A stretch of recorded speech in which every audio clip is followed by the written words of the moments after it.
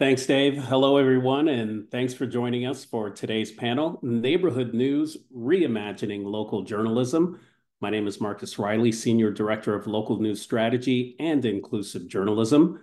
I oversee the Scripps Neighborhood News Stations, a news strategy designed to make our newsrooms more sustainable while at the same time disrupting and rethinking how a local TV station approaches local news with an emphasis on quality journalism. And that's what we're going to dig into today. Tallahassee was the first station to roll out under an extensive Scripps News initiative exactly 1 year ago. But we took our first swing at neighborhood news more than 3 years ago in Lansing, Michigan, building a startup newsroom from the ground up at the Fox station there. And it allowed us to answer a question that I think is an interesting exercise for anyone currently working in the industry. If you were to build a newsroom today from scratch, if you took out the legacy thinking and those things that we do just because that's the way that it's always been done, how would you build it? What would your strategy be? And that's how we've approached neighborhood news, focused on serving more of the community in an authentic way, with an eye on evolving our products for the future. Neighborhood news is just one facet of an overall Scripps News initiative over the past year. By the end of 2024, we'll have added more than 250 reporters to our newsroom and made a commitment that each newsroom will have, at minimum, a double-digit number of reporters. We've reimagined what support looks like for our journalists and created an executive reporter position. You'll meet one of our executive reporters today, former on-air journalists elevated to manager positions. 25 of our markets have repurposed the role of anchors to report in the field, and this is a big one, investing more than $11 million into newsroom salaries, giving our journalists incentive to stay in a market because they're actually making a living wage. And this last investment is an important one, training. Elevating our employee skill set to achieve the goal of quality journalism. So let's talk about neighborhood news. And before we meet our panel, we'll take a look at some of our work our neighborhood news stations are doing across the country. Weathering the storm, we have team coverage tonight with reporters throughout Acadiana taking a look at storm damage in your parish and finding out how it impacted you. I'm here in my hometown of Opelousas, surveying damage and speaking with neighbors about what they heard and experienced during this morning's storms. Our neighborhood news team brings you the latest from across the coastal bend. I'm out here at Whitecap Beach on the island, and while the rain did slow down a little bit earlier, it just picked back up about 10 minutes ago. We have extreme rain out here at the beach. Oh, Andy, I'm just getting pelted in the face by this rain right now. It is not fun anymore. And because we are in this community every single day, we have access that no one else has. Today, I was the only reporter to speak with the Hendry County School Superintendent, and he tells me he believes they prevented a school shooting from happening at this school. Elijah Vu has now been missing for more than 48 hours. I'm your Two Rivers neighborhood reporter, Preston Stover, and I've been following this story for the last few days. But I also live here in this community, and from working and talking with people on the daily, I can say that the love and support has been shown in these last few days. After that story aired, one of our neighbors in South Omaha reached out to me with a similar situation from that same night. The answer to where and when the next debris flow might occur could be beneath our soil. I'm Juliette Lamar, your community reporter in Montecito, where the Landslide Hazards Program is monitoring the mountains. I'm Madison Myers, your neighborhood reporter here in Marlin. Now, right now, I'm standing in the debris and what was left from a house fire caused by fireworks. Now, I spoke to the homeowner who tells me she's still waiting on a response from our city. Here's our April Madison with our neighborhood forecast. Where are we going, April? I'm taking you way down to Cochise County. Yeah, we're going to head out to Bisbee for this particular event that's actually happening today only for 2 hours. If you've never been to the Shady Dell Resort, it's going to be presenting today only Bisbee's Got Talent. Can you confirm that those are pictures of your restaurant? I have no comment for you, Larry. Come on, man. You're really trying to find a case out of nothing, bro. Is that door locked? No. So anybody can go up there? Yeah. They come up, and then they get in, they block the doors. Somebody will block the door open for them, and they can get in on the floors. More reporters in more neighborhoods. In Port Aransas. In Calallen. In Robstown. In Kingsville. We're not just here when bad news happens. We're here every day, bad days, good days, and everything in between. Because when it comes to news, there's nothing more important than what happens in your neighborhood. All right, you didn't see any examples from Boise and Tallahassee in that reel because both of those stations are represented on our panel today, and we're going to see plenty of examples. And I'd like to introduce you to that panel right now. Vicki Bradley is the station manager and news director for WTXL ABC 27 in Tallahassee. Colton Chavez joins us from WFTX Fox 4 in Fort Myers, where he's a neighborhood MMJ. And Karen Lair, who's an executive reporter in Boise's KIVI, Idaho News 6. And we talked about that role earlier, and Karen's going to dig into that in a little bit. We have a total of 12 stations that are executing the neighborhood news model in their markets. It's a concept designed to reimagine how a newsroom is staffed, budgeted, and strategically focused, de-emphasizing the performative nature of news and focusing on quality journalism through better community coverage and utilizing technology to accomplish our goals. And yes, in many cases, we took anchors off the desk and put them in the field as senior reporters because our research has shown us that viewers feel more connected to journalists who actually venture into the community and tell stories on a regular basis. Most of our neighborhood news stations have at least 12 reporters, and in some cases, that means we've tripled the number of reporters who were previously serving their communities and vastly outnumbered the number of reporters our competition has. In some markets, you can add the reporters together from 2 stations and you still won't get to 12. Those reporters are responsible for an individual neighborhood. Reporters who, when they focus on one area, eventually gain what's missing from a lot of local news products that you see these days.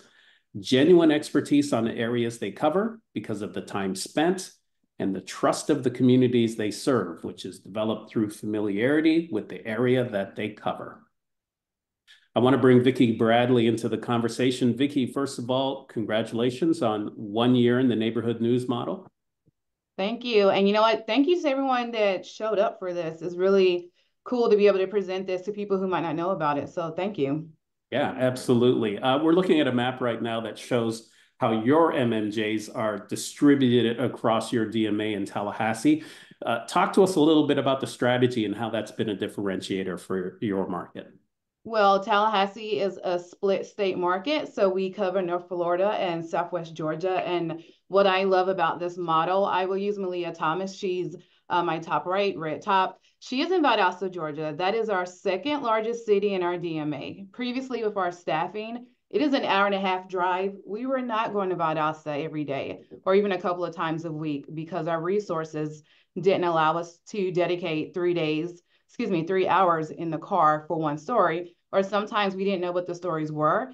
So we didn't know if it was, again, worth sacrificing maybe telling a Tallahassee story to have someone in Valdosta. So that's been really huge for us. And because Tallahassee is our largest city, we've also dedicated the majority of our reporter resources to that area.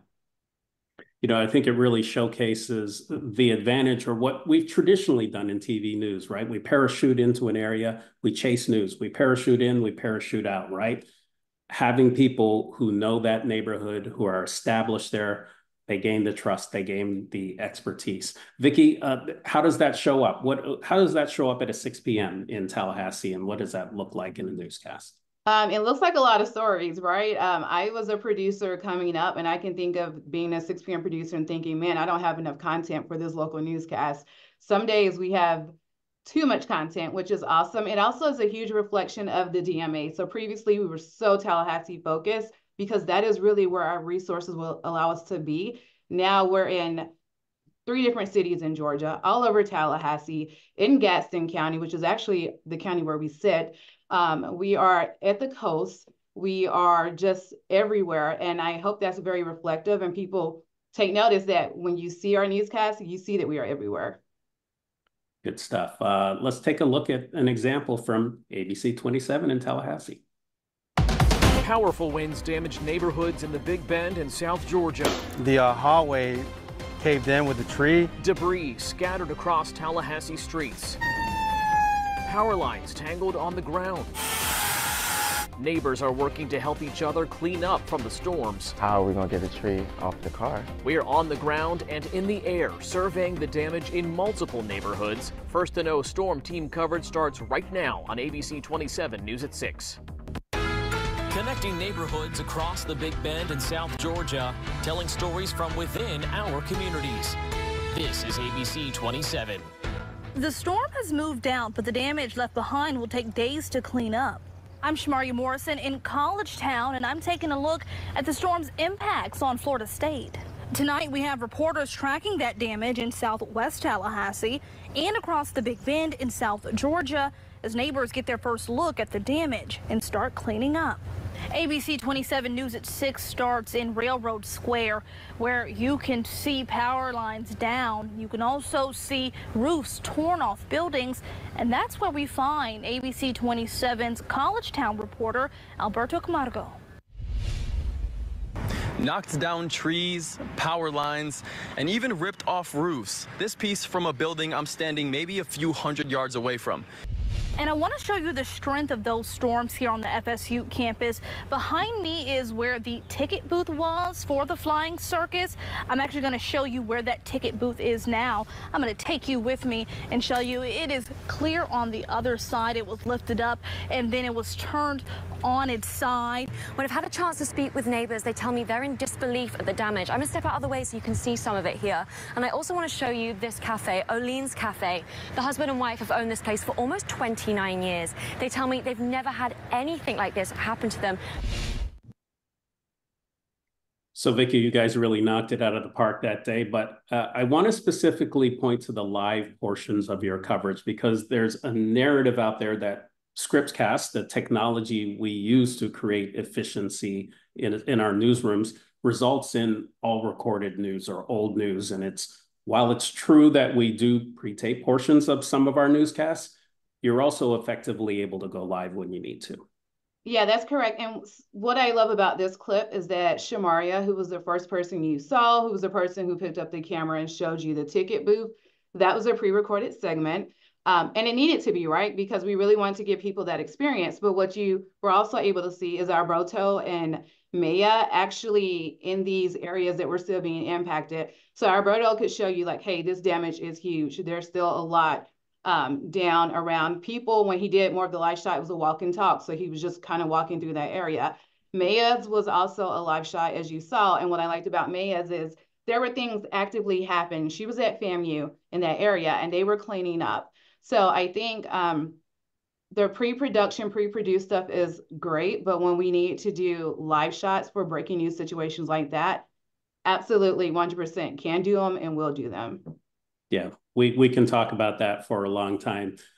Being live when we need to be live and not just for the sake of being live. I do want to mention to those folks who are watching us right now, we are going to leave some time at the end for to answer some questions. So make sure that you use that chat box and at any time put your questions in there and we'll hit them at the end. All right, thanks, Vicki. We're going to take a drive down I-75 in Fort Myers, where you can see how Fox 4 has distributed its neighborhood reporters from downtown Fort Myers to Naples to Cape Coral. And actually, that's where we find neighborhood news reporter Colton Chavez. Colton joins us today to talk about his experience working in this model from that MMJ perspective. Thanks for joining us, Colton.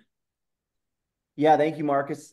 So excited to be here with everyone. Yeah, as you heard Marcus say, I am the Cape Coral community correspondent. So Colton Chavez, your Cape Coral community correspondent. Say that 10 times fast. And happy to be here. Colton, not your first job. You've worked in a more traditional model before. What are the advantages that you found from confining yourself to one beat area? Mm-hmm. Well, Marcus, and I think I want to focus on that last bit you said, confining yourself to one area, because I think at first, with a lot of MMJs, you're like, wow, I'm going to be confined to one area. What am I going to do? Well, when you start to hyper-focus, what I've learned is that you start to hyper focus and show the community that you care, that's when a lot of those stories start to come to you. And actually, I think it's made me a better news gatherer because you're really, again, I keep using the word, hyper focusing on what's important to that community. And you start to understand when it comes to city council meetings, when it comes to any sort of issues, you already have your finger on that pulse because you've been talking with the same people and really understanding what's important to them in their neck of the woods. Yeah, that trust factor. I want to take a look at one of Colton's stories, and we'll talk to you about it on the back end. Fox 4 was here at J.C. Park over the weekend when the group that has continued to oppose the redevelopment of this area took these yellow ribbons along with these American flags and tied them to each one of these trees in an effort, they say, to thank our military veterans ahead of the 4th of July holiday. But you won't find a single one of these flags or these yellow ribbons on any of these trees here at the park. I'm your Cape Coral community correspondent, Colton Chavez, and when members of the group Save JC Park say they found out that the city of Cape Coral came out and removed all of these ahead of the 4th of July weekend, they say they called me immediately looking for answers. All they had to do was call. Started getting calls from everybody saying they stole our memorials. The trees are very much like our veterans. They're deeply rooted in the community. So people in the group Save JC Park say when the city took down these ribbons made to honor military veterans, they dishonored every vet's name that was written on these cards. What I expected of them was to come with the cops and arrest us. But they didn't do that. But this was almost worse. We put the name of a veteran either in our family or a friend or just somebody we knew. This was my uncle. He was in Papua New Guinea. Ann Berchtold says she was the person who came up with the idea. There's something more to this that they're not telling us. What do you want to say to the people who feel like you're dishonoring veterans by removing those yellow ribbons? You know, I am a United States veteran. I served in the United States Navy. Cape Coral City Manager Michael Ilchizen says the city would never dishonor the people who served. On Purple Heart Day, we dedicated a Purple Heart parking space. On Veterans Day, we dedicated 2 veteran spaces. He told me the group should have contacted the city's Parks and Rec department to get approval to put up the ribbons. Today when I was speaking with them they're like, well, we feel that this is just a personal vendetta against us because we've continued to push back against the city when it comes to redevelopment of JC Park. Is there any sort of vendetta on the city side when making these decisions? As far as a personal vendetta, absolutely not. Again, this is an across-the-board policy that we have to administer. It's in our code, which means it's a ministerial act of staff. We do not have discretion to allow otherwise, and we have to do it without regard to content, whether it's a personal belief or a political belief. Reporting in Cape Coral. I don't know what these people are thinking. Colton Chavez, Fox 4. Yeah, really good stuff, Colton. I always like to say the best stories have a great story behind the story. So tell us how this came together and how the neighborhood model helped make this happen. And Marcus, I think you said it best, is this is a story where, and I think Vicki and Karen will echo this message later, that we may not have gotten to this story when we were back in these old models, because again, we're talking about a single park inside the city of Cape Coral that services over 200,000 people in a population. So when we're talking about doing news that really, has a wide span, maybe a park wouldn't be something that we initially want to go to. But when we're hyper focusing on our community like Cape Coral, what I've learned is I've done 6 or 7 of these stories with JC Park, and you find out that these people have gotten married at this park, that this is where their children go every single day. And so when you start to hear about the city wanting to redevelop this park, you now have these close ties to this community, and you can help them understand why it's so important. And that's why when you saw in the beginning of my package, I thought it was very important for me to say when they knew something wrong was happening, they called me because they know that I've done these stories in the past and that we continue to feel that it's important to tell their story. Yeah, Colton, one thing I'll note for the audience is that Fort Myers uses the term community. This is neighborhood news. Fort Myers uses community. In Lafayette, Louisiana, it's parishes. San Luis Obispo, we use communities, but it's all sort of the same thing. And making sure in our stories that we're using process language and intentionality about showing that you are that community reporter. Tell us about that intentionality in your story, how you show it and how you write to it. And Marcus, that was one of the things that when we dipped into this neighborhood news model, leadership at Fox 4 was like, you know what? It's going to feel redundant. It's going to feel like you're saying things too much, but it really has made a difference because I feel that when, again, we're in this world right now where the fake news narrative is still going on. So when you can look at people and you can say, I went to JC Park, which I live a block up this street. And I go here on my own weekends. And when I came down here one weekend, I had somebody stop me and say, did you hear what's going to be proposed at city council this weekend? And I think when you start to incorporate that process language, it not only kind of lifts the veil per se to let people in on that we're really doing this story and that there's actually us trying to ask for answers. But even in the story itself, Marcus, where you saw me on camera asking questions to city leaders, it again just installs that trust for our viewer that, hey, we're going to not only take your concerns and put them on camera, but we're going to then ask the people who are responsible to answer those, and we're going to ask them directly. And again, I have the city manager's cell phone number. And, you know, because I do stories in this community every single day, I've even built relationships with city leaders. And I said, hey, I asked Michael, I said, this is something that I think you need to get behind because there's a lot of people that feel they need answers. And that's really how that interview even came to fruition. Great. Thank you, Colton. We're going to head over to Idaho and bring executive reporter Karen Lair into the mix.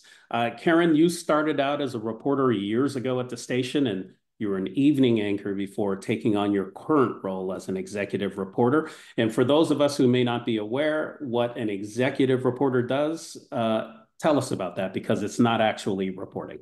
Yeah, thank you for having me here, Marcus. So the executive reporter role, pretty much I am that first go-to person for every MMJ in our newsroom. So from the time that they have a story idea to the time it makes it to air, I kind of help them through that whole process. Some days it's really hands-on, some days it's not, depending on the story. I can help them narrow the focus for a story or dive deeper to make it a little bit harder hitting and more impactful or memorable. And I can also help these new reporters. I mean, we're not a super small market, but we're not the biggest. A lot of our reporters come here straight out of college, just like I did 11 years ago. And I can help them kind of understand some of these deeper issues that have been going on for a long time in this area. I understand the market. I've covered these issues in the past. And, you know, that bottom picture there, I went out in the field. That's one of our brand new reporters, Leslie Solis. She just joined us about a month ago. And last week, she had a story come up in her community. She's never been to a courthouse before, and she had to cover an arraignment. And I spent my afternoon with her, took her to the courthouse, showed her how the process works. We talked to the PIO at the county. I took her to the records counter. This is where you'll get those documents. We talked about how to use a camera in the courtroom, and I helped her with all of the very, very important language when we're writing about charges and crimes before someone is convicted. And I broke all of that down for her and did it with her, so she was not doing it on her own for the first time without any idea of what to do. Yeah, I can't state enough how much of that advantage of that is for a young reporter to have somebody who's actually walked in those shoes before to kind of walk them through that. Next slide. I'm going to show the Boise neighborhood map. And Karen, you've worked at the station's pre-neighborhoods. What's the advantage of having this many reporters? How does that show up on an everyday basis? I mean, we're just able to get way more local content into each of our shows. It helps us differentiate our shows when for a long time, if your story was in the 5, it was also in the 6, and it was also in the 10. When I was an MMJ, there were days that I was the only reporter on staff that day. Like, it didn't happen a lot, but it definitely happened. And now we're able to cover all of the real-time stuff that is going on in those communities, but then also have some compelling enterprise elements from other neighborhoods that our competition is not going to have. And it can help us go big. Like Vicki was saying, when we do have the big story, it's not just one person. We can have 2, 3, 4 people and beef up our team coverage on different angles of the story that sets us apart as well. Yeah, I think we've all been there before, staring down the barrel of 1 or 2 reporters because of PTO. and asking ourselves whether we're actually doing what we're supposed to be doing, which is being a community steward of providing information. We're going to take a look at a story from a Boise neighborhood reporter. Imagine getting off of work, and as soon as you get out of your car to get into your home, you're met with metal rods and nails coming out of the wood, and that's what homeowners have been experiencing for months. I'm your neighborhood reporter, Jessica Davis, and homeowners are fed up with unfinished construction. I've probably had 15 people trip over that a night. Ryan Monteleone lives on Curtis Road, right next to the future Joyful subdivision, but progress on the planned development has been slow. I seen him working there, so I asked him, I said, when are you guys going to finish? And he said, I have no idea.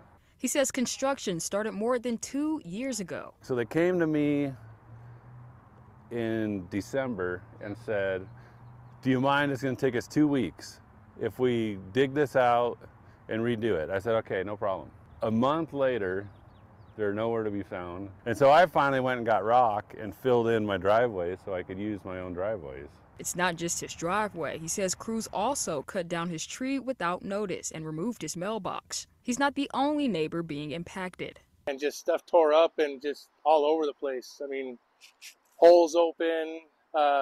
In fact, in front of my house, I had a ditch in front of my house about 4 feet deep and about 8 feet wide. So we got some answers. I found public documents linked to the project on the City of Boise's online development tracker. It shows progress took so long, the new developer, Dean Briggs, had to resubmit the project's application. I also reached out to the contractor, Coliseum LLC. They said there's not much they can do until the developer finishes their part. So I got in touch with Briggs, but he declined to comment for the story. We told the city what was going on, and we even sent pictures of what the site looks like. And they said that they are going to take action and send somebody out here to make sure that everything is up to city code. We'll keep you updated here on Idaho News 6. I'm your neighborhood reporter, Jessica Davis, reporting for Idaho News 6.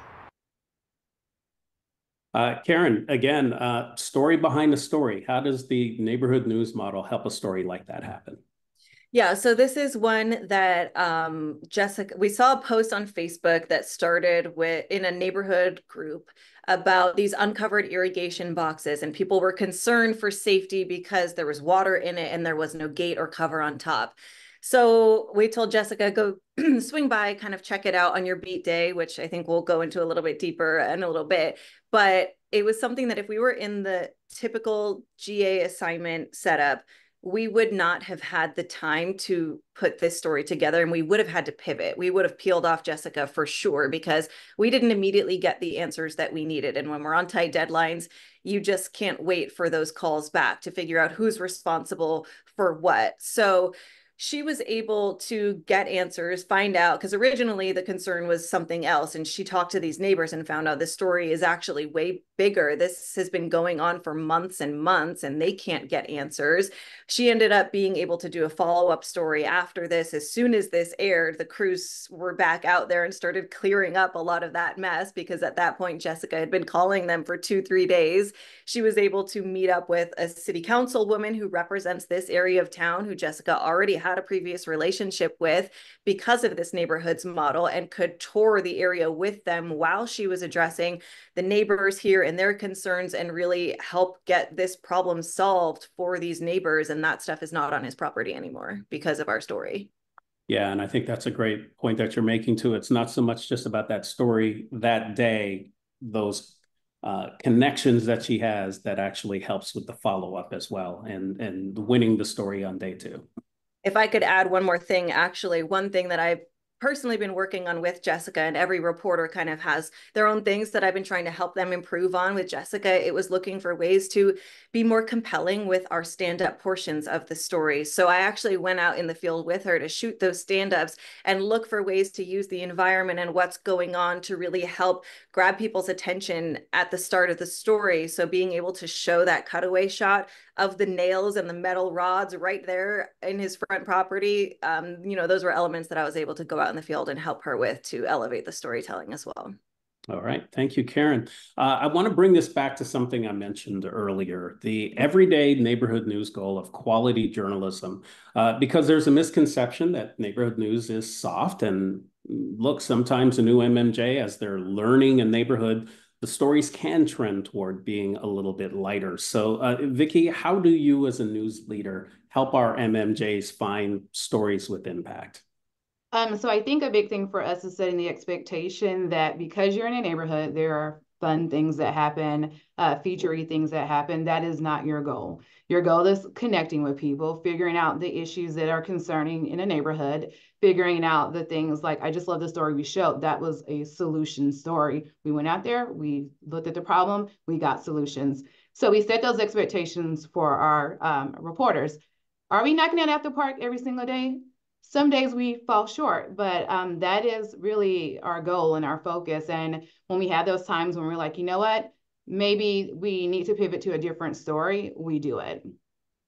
Yeah, Karen, you mentioned beat days earlier. Talk a little bit how beat days get us toward that quality journalism. Yes, something I wish existed in my MMJ days, but it's a full 8-hour shift out of the week. Every single week that our reporters have where they're not pressed for deadlines. They are not expected to turn something for the shows that day. And their entire goal is to spend time in their neighborhoods, meeting with real people, coming up with story ideas, researching story ideas. That story that we just watched with Jessica started on her beat day. That's when she went out to kind of see what the situation was, start talking to neighbors, see what people are concerned about in certain areas. And one thing that we've really been pushing here recently is requiring them to also submit some public records requests on their beat days for looking ahead at other stories that are enterprise investigative type stories that can kind of help them familiarize themselves with that process with different agencies and counties and cities in their area to really improve our content. And their goal is to come away from their beat day with 3 leadable enterprise story ideas that are pitched for, the following week or the next several days. So it's a day to really get ahead and start planning out stories. Yeah, I'll second that. I wish I had beat days as well back in my reporting days. I want to talk about community connections, the things that we do in our individual markets to make those authentic connections, because not every interaction that you make actually leads to a story. Colton, talk a little bit about how you're making those authentic connections in your neighborhood. Yeah, Marcus. Again, when I think about community connections, I think of the conversations that we have when we're off and we're at the grocery store and you have somebody passing by and you're having just those small talk conversations about what's going on in their community. And so when we focused on this neighborhood news model and Karen was just talking about these beat days, I've never seen relationships grow at a faster rate than when you have reporters like me show up to neighborhoods, to city leaders, and I'm telling them, I'm not here for a story. I'm not here to put you on camera. I'm not even here to see what you have to offer. I just want to know what's going on. What's happening in your neck of the woods? What are you hearing? What's going on? And truthfully, that's where you find the best stories is when you're just going out there with a genuine interest to know what's going on in your community and being able to work in the community every day. You start to realize, what pockets you want to visit and who you need to talk to. And I really think that when you're having those conversations off camera, it really starts to translate to the stories that we're putting when we do actually put it on tape, so to speak. Yeah, great points. Look, I don't want to give the impression that everything has been sunshine and roses, right? This is extremely hard. You're changing a culture, whether you've been in the business for years or and this isn't what you imagine it would look like and you're brand new in the business. It's hard for people to think differently about what we do. Karen, I'll start with you. What's been the biggest adjustment for you at your station? I mean, for us, we do get a lot of young reporters coming out of college, and this is their first job. They want live experience, and that's not something that we can offer every single day, although elements of shows are live every single day. But what we've been able to do is kind of look at things differently to where, how can we tell this story better and more creatively and more visually because we don't have to be live?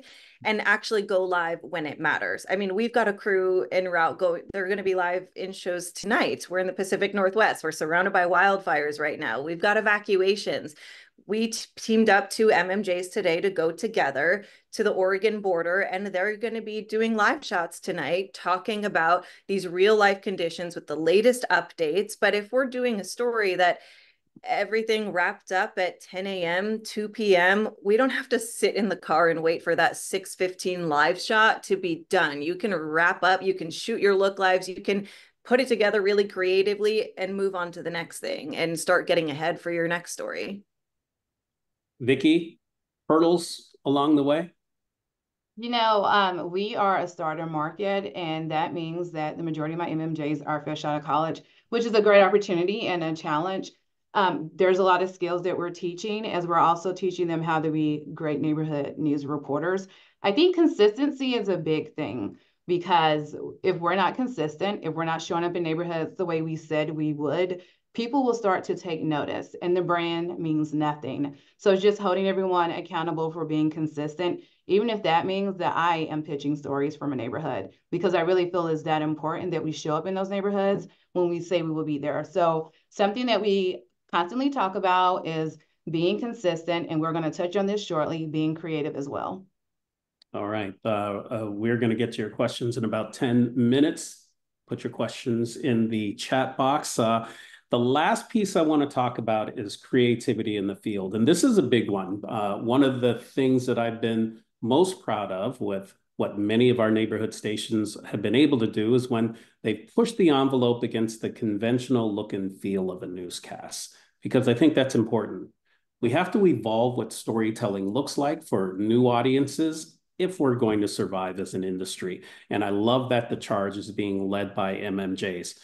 So Colton, I'm going to start with you because you're an MMJ that we rarely see standing stiffly in front of a building holding a stick mic.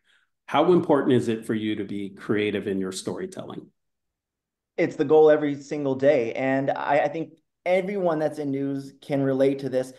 How many times in traditional news do we have a live shot at a location where nothing is going on, where the action, everything that was happened hours ago?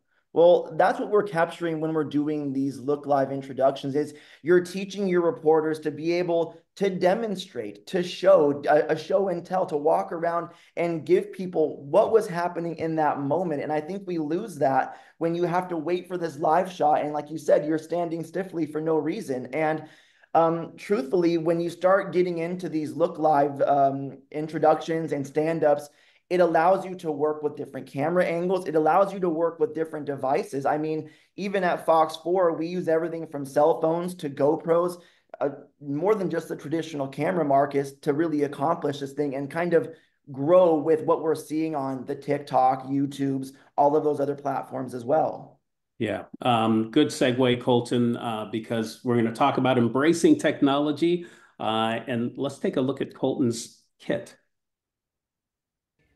All right, so I'm going to give everybody kind of the MTV Cribs version of all of the gear we use, but it's going to be the WFTX Fox 4 version, because all of this gear plays an imperative role in helping us do things differently compared to what we're seeing our competitors across the street. So all 3 of these boxes are ones that each of our reporters take out every single day, and it can seem like a lot, but if I kind of just move here from left to right, this is actually a portable charging kit that allows us to not only recharge our batteries on the road, but as you can see, there are also AA batteries that we can use for our lav mics and all of those things, which for anybody that's been out on the road and when you're stuck in the field and you don't have a battery replacement, that can get you out of a jam. And then obviously we have things like our camera kits here, which our cameras are light, they're small, they're able to move around really well, along with obviously our lavs. We have a bunch of different attachments for if we need to go live. And then the other cool part that I really like is we have other gizmos like a selfie stick, which, as you know, if you don't have a photographer with you to go live, these allow us to not only start maybe on the camera, but then you can put your cell phone here and give people kind of a different perspective on the story. And then we also have ones like this where, you know, you can put this in your car and you can have a driving shot, maybe to show that process storytelling. Hey, I'm going here, this is what I'm doing. And then finally, again, we've kind of been talking about the cell phone. We have an entire cell phone kit here that really makes it so that way we're kind of standing above, you know, just the regular everyday folks who use their cell phones, because we want to make sure that our stuff stands out. So having kind of these two handles here allowing you to get more of a steady shot. This cell phone is exclusively used just for shooting. We don't make calls or text messages on it. It's literally meant to help us gather news. And so all of this stuff together, again, as I said in the beginning of the video, I just feel like it really helps us stand apart. And if I had to end this video with one thing, I would say for anyone in the newsroom, if you see one of your MMJs running around, carrying all this around, ask if they need a helping hand, because it can look like a lot, but it really is helping us stand apart. Good tip at the end there, Colton. That's noted. Look, I think there's a misconception that you can't be creative as an MMJ. You obviously can be. Embrace the technology. Vicki and Karen, both of you consistently push innovation in your newsrooms. Your team of MMJs have thrived in creating an innovative culture, and your producers push the envelope when it comes to dynamic showcasing within your newscast. Vicki, how difficult is it for you to keep that energy going on an everyday basis? It's funny because I just did a communication and was like, hey, everyone, let's really get back to putting a greater focus on the creativity, because one of the biggest advantages for this model with some of the pre-production is that ability to give that extra into what we're doing. So they are doing a good job, but I'm always constantly talking to them about what does that story look like today? What elements can you add? Sometimes it's something like what you're about to see. Sometimes, you know what, instead of them just standing in one spot, we're split screening with a graphic, adding additional information. But it's just something you have to stay on top of. Every day is not perfect. And when we see that we could have done better, we have those conversations. All right, let's take a look at the examples. Hey, take a look at this real quick. Burglaries in the Quincy neighborhood increased by a little over 37%. And neighbors I spoke to say this number is extremely high, especially for a small community like this one. I'm Ashley Engel, your Quincy neighborhood reporter. I'm driving around the neighborhoods where these incidents are occurring and finding out why neighbors have concerns. Remembering two educators in Leon County. The way that they impacted was so gentle, so powerful, so meaningful. I'm Mayor Sargent in Northeast Tallahassee. I'm meeting the people they knew as the impact they had on the neighborhood lives on. The search for a new president at Florida A&M University will begin soon. Tuesday, we learned more about who might lead FAMU in the meantime. I'm your College Town neighborhood reporter, Alberto Camargo, at FAMU. I'm digging into what the presidential search process will look like. Say I'm leaving the bar to go home. Now, instead of me being in the driver's seat, I could be in the passenger seat as Buddies takes me and my car home safely. I'm your neighborhood reporter, Alexander Huddleston, Idaho News 6. 100-degree weather can leave many people running for the AC, but not your local sanitation workers. I'm your neighborhood reporter, Brady Kasky, in the North End, riding along with the crews that are picking up your trash, even in extreme heat. All right, Karen, same question for you that Vicki kind of spoke about. How do you keep that energy going on an everyday basis? Because it's very easy to do one of those basic stand-ups. Yeah, so I started doing focus weeks where each week we started really looking into a very specific part of our storytelling process and making it really one of the most important parts that we're going to talk about, we're going to plan out, we're going to really think about this week. And, some of those were from our creative stand-ups focus week. We also do storytelling workshops, and I help them come up with ideas to do stuff like this. We look at examples from other neighborhood markets, other stations in our market, other stations around the country, and watch them together every Wednesday morning, whoever's able to come. And we talk about what really worked about that story, what didn't, what could we recreate, how can we try something like that. So we've watched some of Colton's stories, we've watched a ton of stories from Tallahassee, and we look at some of the really awesome things that they do and then find ways that we can incorporate that into our storytelling as well. Yeah. If I could add something really quickly too, we start talking about what the intro looks like in the pitch process. So we have a pitch process, and part of it is, what does your story intro look like? And that conversation also continues through the editorial meeting. So we all have that understanding that that's the expectation.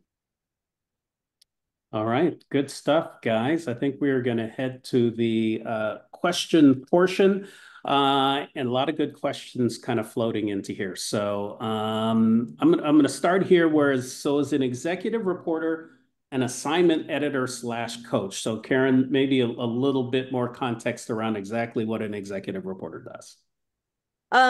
Definitely more of a coach than an assignment editor. I mean, if I see something that's going on in one of these neighborhoods, like I'm absolutely going to send it to our MMJs who live there, and are working there every day. They would be the go-to first person to cover that story in their neighborhood. But it really is more of a coach, a mentor. I'm the one who's helping them with their scripts. I'm reviewing ideas for stand-ups, maybe what sound bites we can pull for cold open, something off the top of the show. So it's really helping them kind of look at their story as a big picture and come in with some fresh eyes. If they are kind of in the weeds of it, sometimes, they write a script and it's 2-3 minutes long, and I come in with and I axe it down, take a minute off because I'm coming in with that fresh perspective. I'm able to really help them fine-tune things and look for maybe something that's missing from their story that we need to reach out to this other side or get this other voice, and let's get them incorporated into the story as well. So it's looking for those areas to really make sure that we're fair, we're balanced, we're creative, and we're compelling. Yeah, and I'll say one other thing about the executive reporter role. If you were to do a survey and you looked around at news directors around the country, I think we'd all know that the vast majority of them probably came from a managing editor background or a producer background. I think what the executive reporter gives us an opportunity for reporters to have somebody, who has walked in those shoes before, but we're also creating a pathway for future news directors of, reporters and anchors, to give them a pathway into management, which I think is really, really important. Question for Colton around reporters. Do reporters feel this strategy sets them up for success in the future, or do they feel pigeonholed? Colton. Well, Marcus, I'll answer it this way.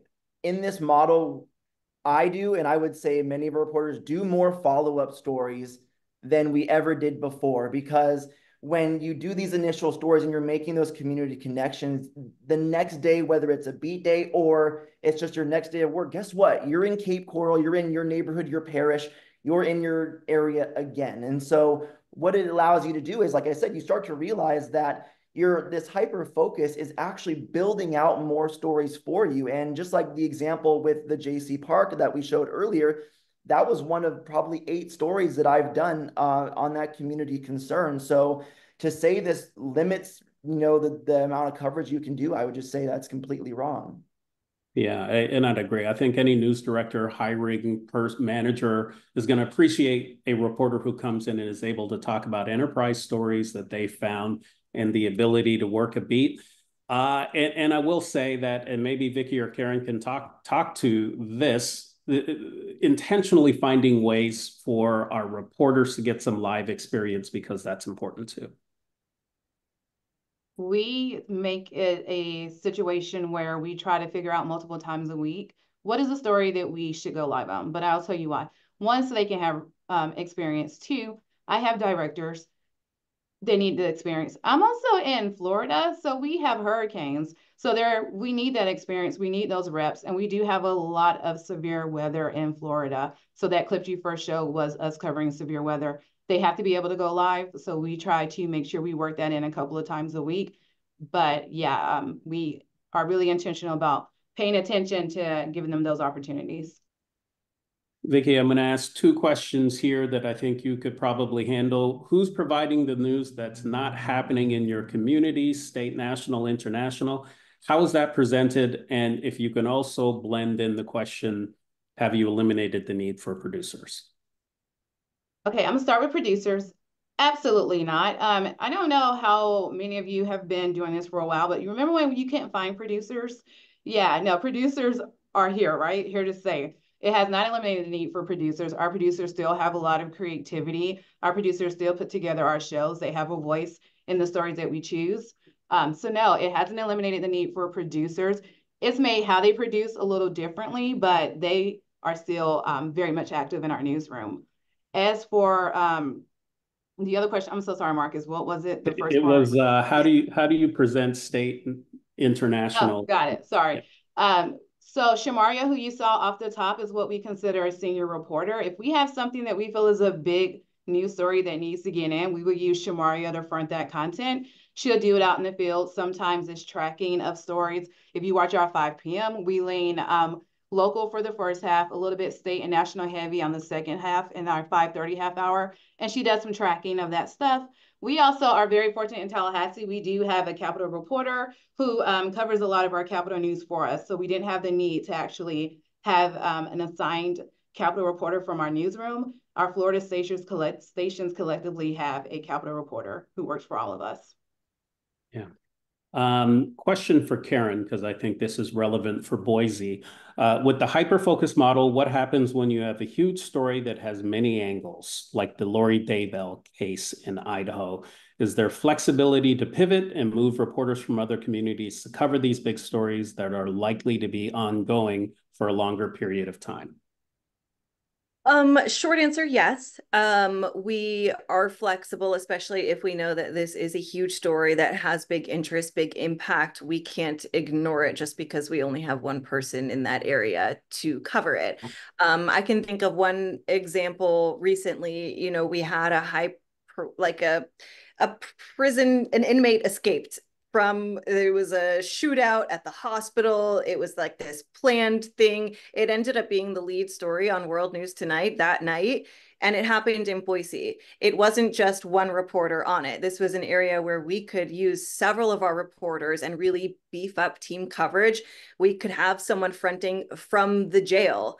Or the prison, really, another person by the hospital where it actually happened, where it took place. Another person can be at the courthouse. Another person can be looking at all of these other elements of what is the latest on the investigation. So we can beef up team coverage and have more people involved in the story, but be strategic about it as to, okay, well, the prison's south of town. It's in South Boise. So does our South Boise neighborhood reporter make sense there? The hospital is on the Boise bench where this shootout happened. We'll put our Boise bench reporter there on that angle, and our downtown reporter can be at the courthouse, you know, as they're, you know, previewing the arraignment, they've been caught, blah, blah, blah. So it's just being smart about who we're putting on what angle of the story, but having a lot of people covering the big stuff. Next question on here. What is the biggest reason that people, either locally or nationally, aren't seeing the importance of community news? Why are we needing to constantly defend our impact and importance? You know, I think I'll challenge that to a degree. I think people do care what happens locally. I think people really, really care what happens between 5, 10, 15 miles of their house. I think what's happening is the way we have traditionally done it, which hasn't been very good. Again, people parachuting into neighborhoods, reporters who don't really, really know the story, and people can kind of sniff that out when they're not getting the types of news that they want. I think with what's happened to newspapers and creating news deserts in these places that traditionally have covered these communities, they're not getting the type of content that they already or have had before or what they deserve.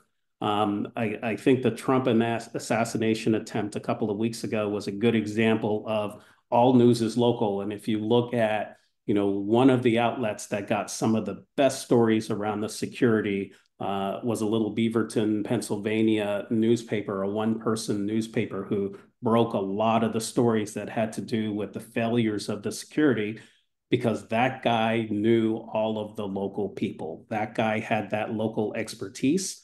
And no matter what resources national can throw on something, that doesn't overcome the ability of a local person who actually has the trust of the community. Okay, let's see. Colton, question for you. What's something that you want to share? Oh, that went away from me. What would you share with an entry-level journalist about being creative as a MMJ or what advice would you have for an entry-level journalist overall?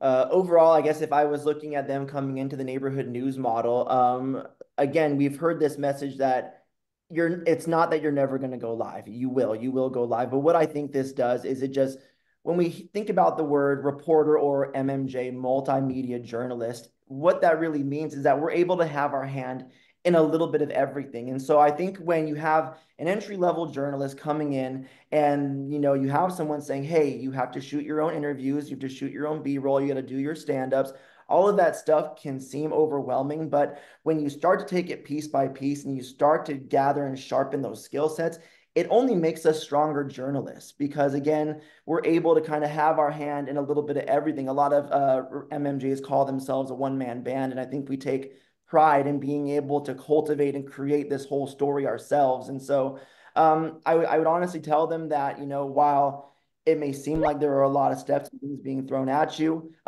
it's only making you a stronger journalist. Thanks, Colton. Question here. Will all Scripps stations turn into the neighborhood news model with executive reporters? Will everyone become MMJs? The answer is no. We have 12 neighborhood stations. There are no plans to turn into any other neighborhood stations, and that's not the goal at this point. And we still have photographers and we still have regular reporters, and we'll continue to do so in many of our markets.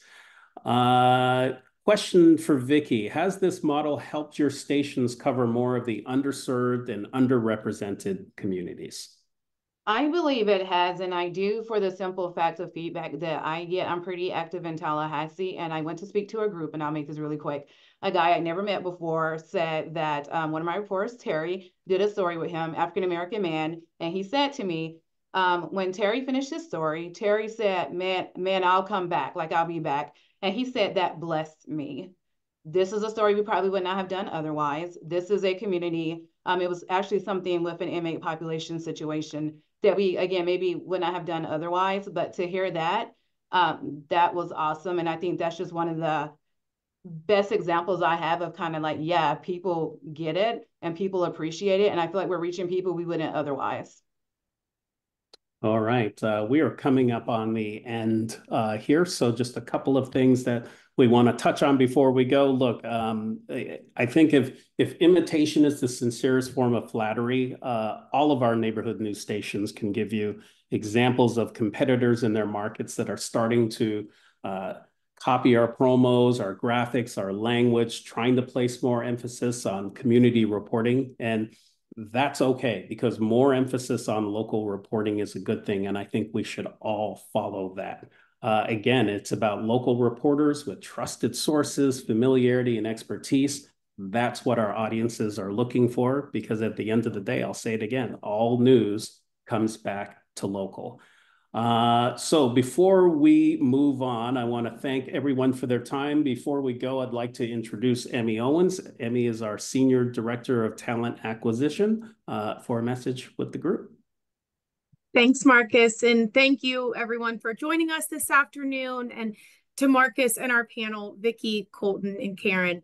I'm confident everyone in attendance is walking away with a better understanding of our neighborhood news strategy. And it's great to see the work being done to bring it to life.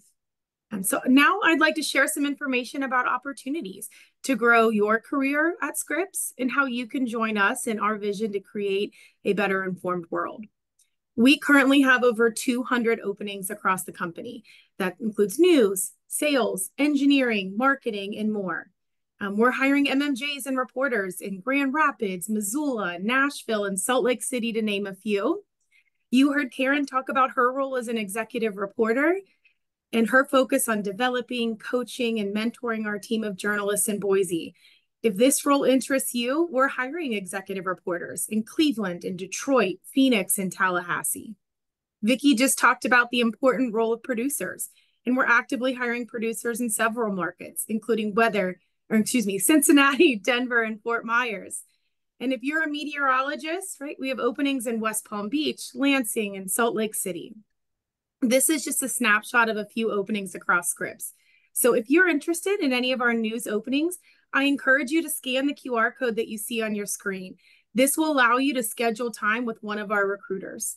You can also visit the career site and view and apply for any openings at any time. And finally, if you are attending the National Association of Black Journalists Career and Convention next week in Chicago, or the Asian American Journalists Association Convention the week following, make sure to stop by and see us. Now, you can follow Scripps on LinkedIn to see how you can schedule an interview with one of our Scripps leaders who will be in attendance and attend some of the events that we have planned. Thank you again, everyone, for joining us. Thank you, Emmy. Thank you to Colton, Karen, and Vicky for your time, and our producer, Dave Taylor. Appreciate you. We'll see you next time. Take care.